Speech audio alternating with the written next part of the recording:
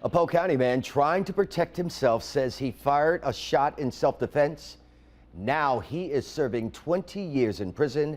We first told you about Erik Weyant last month. He fell under the 10-20 life law. Tonight, the judge in Weyant's case tells 10 Investigates Bo Zimmer the law tied his hands when it came to sentencing. Erik Weyant has been in prison for 9 years. The things that I did were to protect myself, not to harm anyone else. If I had the discretion, I would not have sentenced him to 20 years. Every day that Erik Weyant spends in prison is a tragedy.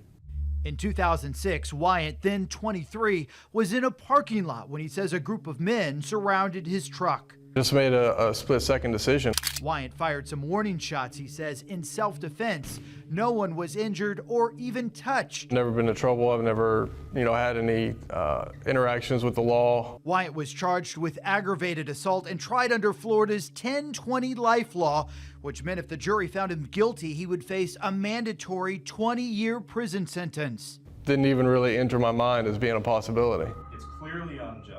Greg Newbern with Families Against Mandatory Minimum says defendants who feel justified often gamble with their fate at trial. We call it the trial penalty. It took the jury under 2 hours to find Weyant guilty of aggravated assault, but they were not allowed to know about the mandatory 20-year sentence that guilty verdict would result in. When most people think about the sentencing process or the criminal justice system, they think a judge will get to impose an appropriate sentence. I do remember his case. Judge Neil Roddenberry sentenced Erik in April of 2007. If I were not required by law to sentence him to 20 years, I would not have done that. But laws with mandatory minimums like 10-20 life remove all discretion from judges. A fixed number doesn't allow you to factor in anything other than the conviction. This past February, legislators amended the 10-20 life law, removing aggravated assault.